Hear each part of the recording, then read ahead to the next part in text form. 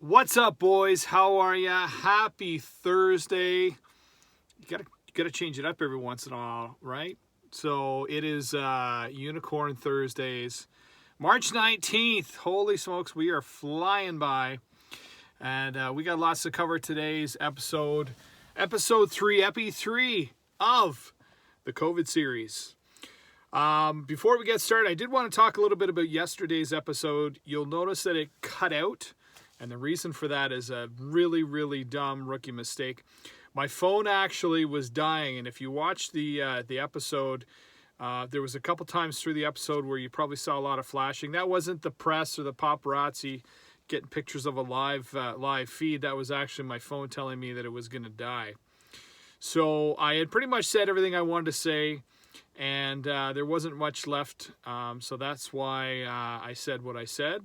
And it cut out, and I didn't bother making another one because, to be quite honest with you, there's more than enough time, and there's not quite enough stuff to talk about.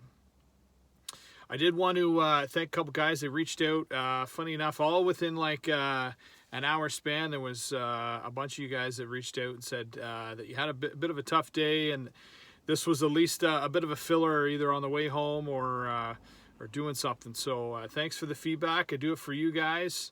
And I know a lot of you are going through a lot right now. There's a lot of high stress, both at work and home right now, just craziness. The way things are changing all the time is hourly. It's really hourly, and that moves real fast. And I'm coming from a corporate background. I'm used to things moving pretty fast, but I hadn't seen anything over the last 2 weeks. Certainly last Thursday, Friday for me were really, really, really fast. And then outside of that, it was kind of got my ducks in order and all that kind of stuff. So high stress, high anxiety, but I want you guys to make sure that you guys are okay. Please reach out. If you want to set up a time for a phone call or whatever, just to talk and just to vent or whatever, you got my number. You got my number, boys. We can set aside a time. Usually when the kids go down, we can talk. I can listen. I'm a great listener, and sometimes it's nice hearing a voice instead of a text. So let me know. I'm always there for you guys. My dad, Glenn Taylor, has it all figured out. He's got it all figured out, and let me tell you what he does. He gets up every morning. He reads the news on his tablet, has a cup of hot tea with his breakfast. He goes for a walk with my mom, and then he gets in the car and he drives to the bush and he makes maple syrup all day with my uncle, who is a great guy. They've got a lot of land, and he's got my uncle's got a maple bush area farm kind of thing in the woods, and he lives on his own anyways. So they basically just hang out all day and they make maple syrup. And they don't have to worry about anything. They bring the tunes, and they just chill all day making maple syrup. So he's got it figured out, and I got to commend him, because there's people that are just wishing that they weren't stuck, cooped up, and he's out there. There's something to be said for going for a walk or a run or getting into the woods. Like, there's a peaceful and tranquilness. It just completely equalizes or equilibrizes, fuck, I'm making up words now,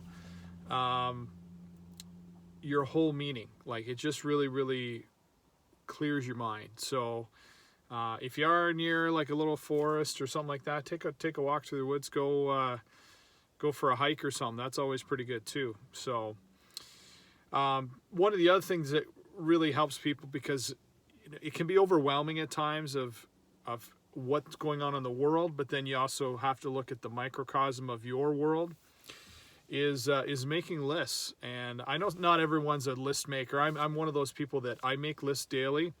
I make lists at home. I make lists at work. Things that I need to get done, and I just chop it down. I highlight them and chop them down and get them done.